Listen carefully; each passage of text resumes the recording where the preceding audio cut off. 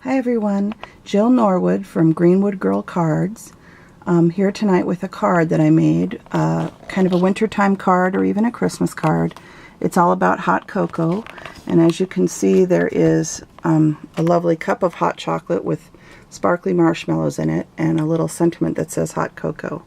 And I'm just sharing this card tonight.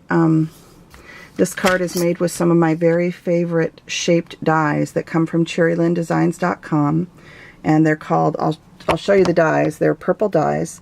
CherryLyn Designs, all of their dies are a purple color, so you know which ones are theirs. And the title of this die is the French Flair Scalloped Stacker's Nesting Dies, and they're an extra large die. It makes almost a 5.5 to 6 inch card. You know, 6 by 6 almost. It fits in a 6-inch envelope basically. So that's the size of this card. Let me really quickly just take a quick peek.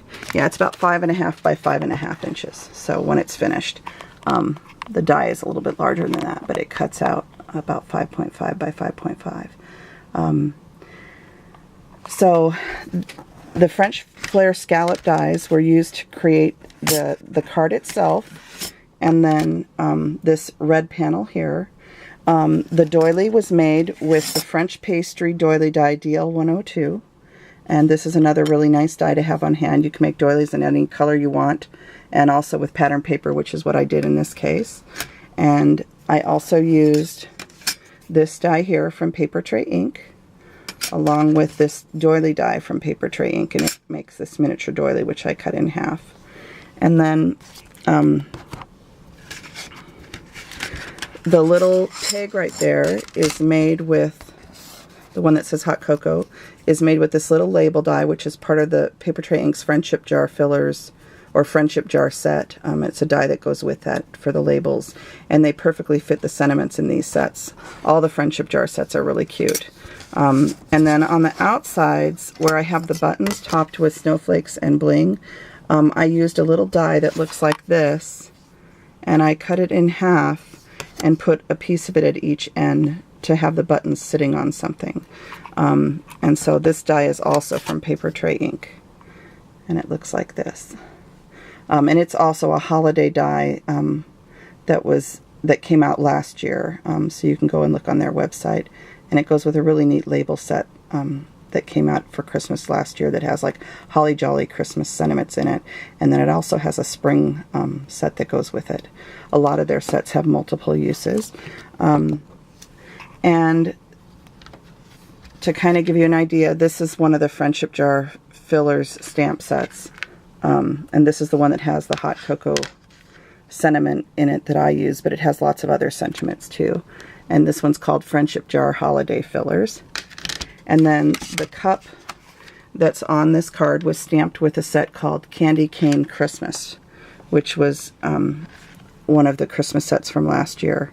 And it has some really cute things in it, including this little candy stamp, and then an ornament top stamp that you can use to make ornaments. So this set's, you can do lots of different things with these sets. If you let your imagination go wild. And then the papers I use to make my card are from Authentique's, a Christmas line from Authentique, and it's called Festive. It's the Festive collection.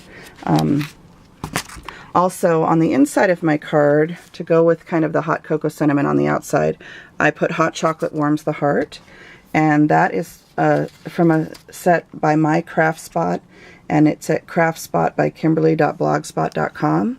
And this set has lots of really neat Christmas sentiments. Hot Chocolate Warms the Heart, Snow Kisses, I'm Dreaming of a White Christmas, Snowflakes Are Kisses Sent from Heaven, which I love to use with different cards with like snowmen or snowflakes on them. So lots of neat stamps from them. And again, this is from My Craft Spot. And there's the information there if you're interested. So that's what I wanted to come in and share tonight. And if you're interested in making a shaped card like this, just remember that it's easiest to cut a shaped card if you use slightly lighter weight cardstock. I usually start with 80-pound cardstock. I go ahead and score it and fold it, and then I place it along underneath this cutting edge along here. You need to place it like where my finger is. And then you cut it, and then what I do is I cut a second piece of this die with the heavier weight cardstock, and I glue the heavier piece on top of the lighter weight cardstock, and that's what gives you your card base. So if you have any questions, you can always go to my blog at greenwoodgirlcards.blogspot.com and leave a comment to ask me, and I will try and answer any questions you might have. Thanks for listening. Bye-bye.